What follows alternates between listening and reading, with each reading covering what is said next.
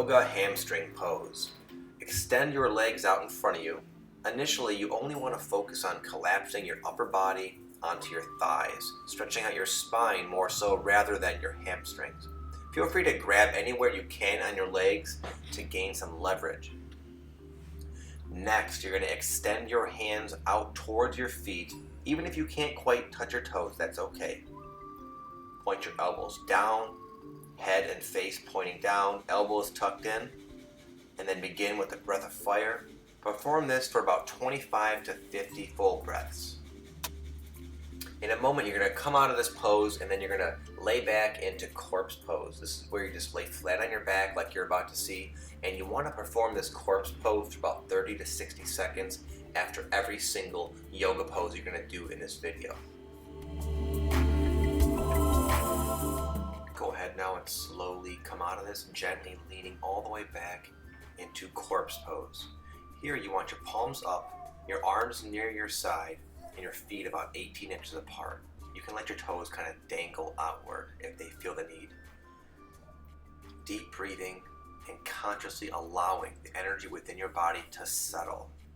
About midway through, perform 1 to 3 repetitions of the Bandhalaks, which is going to help raise your Kundalini energy. See the section in the PDF file to get a full detailed explanation as to how to do that. And now we're going to go into the Kundalini bridge pose.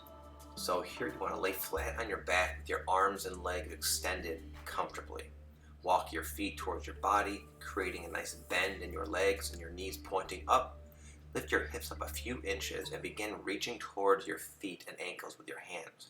As you do this, it can be helpful to roll your shoulders under your body as you scoot your hands towards your feet.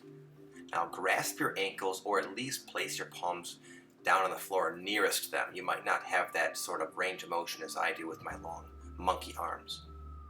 Now drive your heels into the floor, raise your hips up as high as possible, and then once you're in there, proceed with a breath of fire. You see I've done a couple of different variations just so you can do which one works best for you. And once you're done with your 25 to 50 reps of the breath of fire, you can slowly start to come out of it, going right back into corpse pose and relaxing.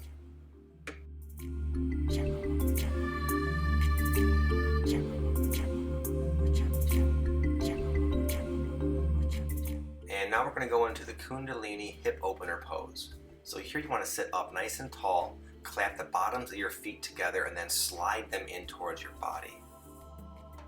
And then place your elbows into your thighs while maintaining a tight grip with your feet. Press your knees in towards the ground as you lean forward, slightly bending at the waist, and proceed with a breath of fire, 25 to 50 forceful reps.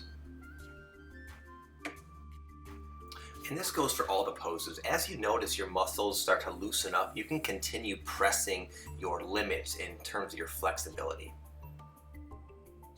So at the end of each drill or pose, you're the most stretched out. And then because of that, you want to always slowly and gently come out of it. Never snap out of any of these poses.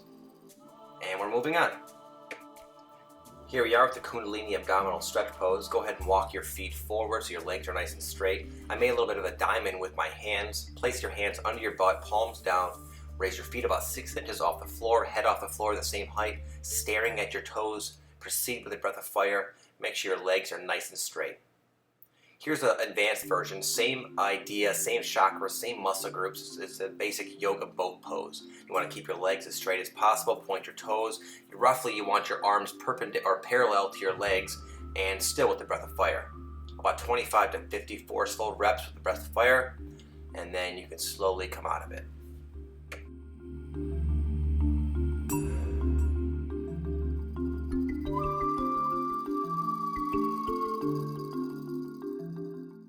And here we are with the yoga camel pose. This one is a little bit more advanced, so you can do this variation where you see here. My knees are about 8 inches apart. You just get onto your knees and you want to put your hands on the small of your back, pressing your hips forward, allowing your stomach to stretch. Just kind of leaning back with your chest up and shoulders back. What I'm doing here is more of an advanced version. If your arms can stretch all the way back to grab your heels, great. It's the same idea. Don't feel obligated to. And you want to lean back as far as you can. At the same time, you want to still be able to breathe and do your breath of fire. Don't have it so tense where you can't, where you're just so worked up and stressed out, okay? Take an extra few seconds to relax after this one if you need to. It can be a little bit disorienting. You might feel a little bit dizzy afterwards. That's very normal and quite common with this particular pose.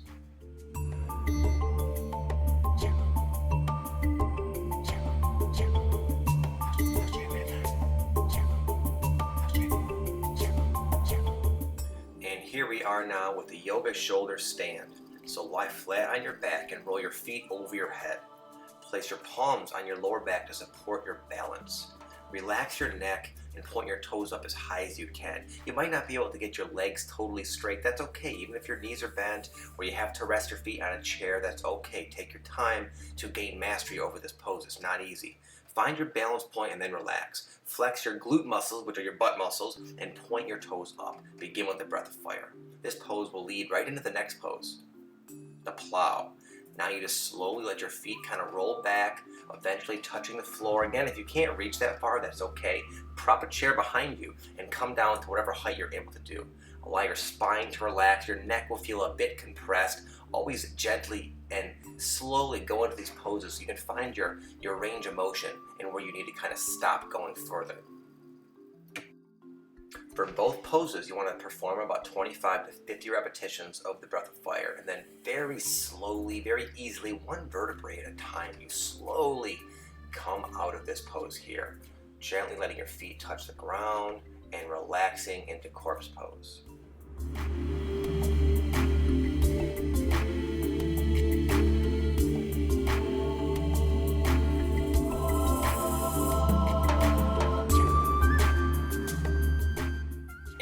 Finish with the Kundalini Eagle pose. Sit upright with your legs crossed comfortably, raising your shoulders out to your sides, thumbs pointing up like a hitchhiker.